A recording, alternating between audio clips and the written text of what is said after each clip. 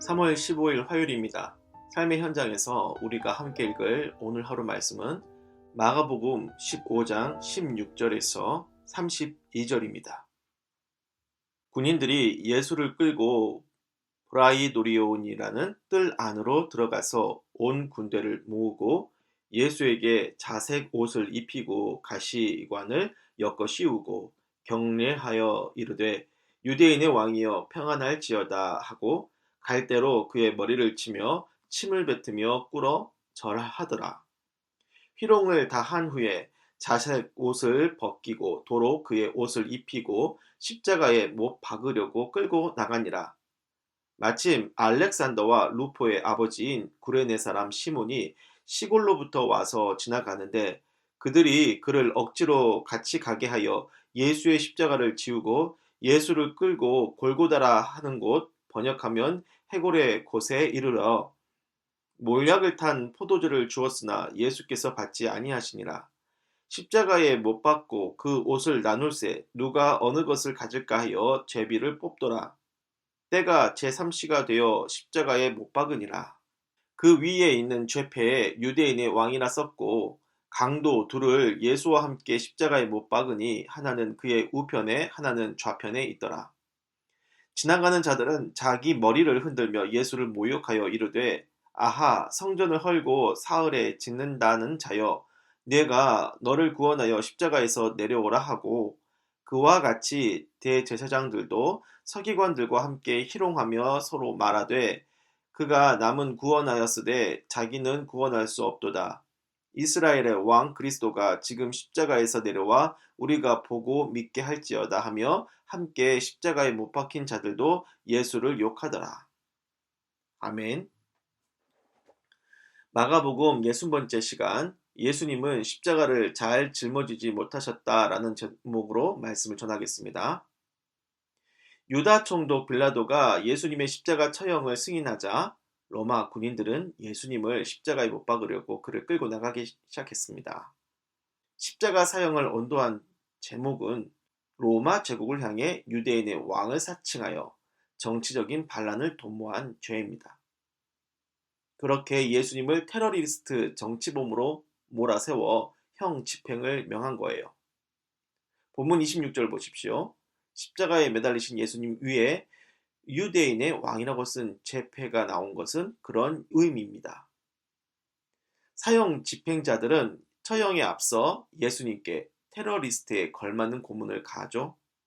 뼈조각 같은 게 박힌 채찍으로 매질할 때마다 살점이 그대로 뜯겨나가고요. 갈대로 머리를 치고 침을 뱉으면서 희롱도 합니다. 그렇게 사람을 정신적으로 육체적으로 초죽음으로 만들어 놓고는 그 어깨 위에 무거운 십자가 나무 기둥을 들고 처형장까지 걸어가게 하는 거죠.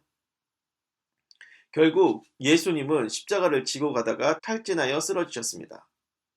일반적으로 십자가 사형수들은 웬만하면 다들 십자가를 들고 자력으로 처형장까지 걸어가거든요.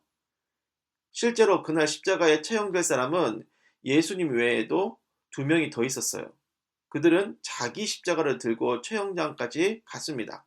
하지만 예수님은 십자가를 들고 가다가 도중에 쓰러져서 일어나질 못하시는 겁니다. 그만큼 다른 사형수들보다 더 혹독하게 다뤄지셨다는 겁니다. 그렇게 예수님의 십자가는 다른 십자가들보다 훨씬 무겁고 고통스러웠고 그래서 예수님은 육체적으로 그 고통의 무게를 이기지 못하시고 쓰러지신 거죠. 결국 어떻게라도 이를 마무리 지어야 했던 로마 군인들은 마침 그 근처에 있던 한 사람을 붙잡아서 예수님 대신 십자가를 들고 가겠어요. 본문 21절에는 예수님의 십자가를 대신 짊어진 사람이 누군지 자세히 나옵니다. 알렉산더와 루포의 아버지인 구레네 사람 시몬이라고 나와요. 아마도 시몬은 예루살렘에서 유월절을 지내려고 타지에서 올라온 듯합니다. 우리는 종종 예수님이 홀로 십자가를 지고 가시는 모습 상상하지만 자세히 보면 예수님은 도중에 십자가 무게를 견디지 못해 쓰러지셨고 그 뒤에는 시몬이 십자가를 들고 예수님의 곁에서 같이 걸어갔던 거죠. 또 나중에 예수님이 십자가에서 숨지시는 대목도 보면요. 주님은 십자가에 매달린 지 6시간이 지나 숨을 거두신 걸로 추정할 수 있는데요. 그 시간이 짧다고 할 수는 없지만 다른 십자가 사형수들을 보면 하루나 수일을 더 매달려 있다가 사망하는 일이 많거든요. 그만큼 예수님의 고통은 너무나 커서 남들보다 십자가를 잘 짊어지지 못하고 일찍 쇼크가 와서 사망하셨습니다. 저는 이 본문을 묵상하면서 예수님이 이렇게 십자가를 능히 잘 지지 못하셨다는 점이 깊이 인상에 남았어요. 그만큼 예수님이 고통스러우셨다는 거고, 그거를 감동적으로 봐야 할 상황은 아닌데, 저는 그 부분이 감동적이었고, 심지어는 안심이 되기까지 했습니다. 왜일까요? 예수님이 십자가를 능히 감당하지 못하여 시몬의 도움을 받으셔야 했던 그 모습은 십자가를 잘 짊어지지 못하고 쓰러지는 신앙의 실패자들에게 다시 일어설 수 있게 하는 큰 위로와 힘이 되기 때문입니다. 저의 신앙을 돌이켜보면 영적인 승리감보다는 실패감이 많은 인생이었던 것 같아요. 순교를 각오했던 신앙의 위인들까지는 못 되더라도 좋은 신앙인은 되고 싶었는데 베드로처럼 주님을 부인하고 십자가가 힘겨워 도망쳤던 부끄러운 기억들만 많이 있습니다. 만약에 예수님이 모든 고난을 능히 극복 잘하시고 혼자서 거뜬히 십자가를 잘 지고 죽으셨다면 저는 완전하신 주님 앞에서 주눅이 들고 저 자신의 영적인 실패에 위축이 되어 신앙을 놔버렸을지도 몰라요. 하지만 주님이 십자가를 감당하지 못하시고 쓰러지셨기 때문에 십자가는 그 누구도 능히 감당할 수 있을 만한 것이 아니구나. 그걸 깊이 깨닫고 또 위로가 되고 그래서 매번 십자가가 힘들어 도망을 치다가도 다시금 십자가로 돌아올 수 있게 하는 계기가 되었던 겁니다. 그렇습니다. 예수님은 십자가를 지다가 쓰러져 시몬의 도움을 받으셨습니다. 주님도 혼자서 그 십자가를 다 짊어지지 못하셨는데 하물며 혼자서 그 십자가를 능히 잘 질 수 있는 사람이 어디 있겠습니까? 그렇기 때문에 자신의 힘으로 십자가를 지고 가다가 쓰러지는 것, 그것은 신앙의 실패가 아닙니다.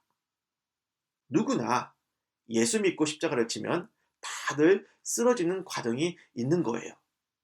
하지만 쓰러지면 주님이 나의 십자가를 대신 져주시는 경험을 하게 될 테니 그것은 신앙의 실패가 아니라 더 깊은 신앙으로 들어가게 되는 은혜임을 깨달으시길 바랍니다. 기도하겠습니다. 주님, 우리의 신앙은 십자가를 잘 짊어지는 것이 아니라 십자가를 잘 지지 못하여 예수님께서 나의 십자가를 대신 져주시는 은혜임을 알게 되었으니 넘어지고 쓰러졌다고 해서 실패와 굴욕감에 빠져있지 말고 이제 주님께서 우리의 십자가를 대신 져주시고 손을 내밀어 주실 때마다 그 손을 잘 잡고 일어날 수 있는 신앙이 되게 하여 주옵소서.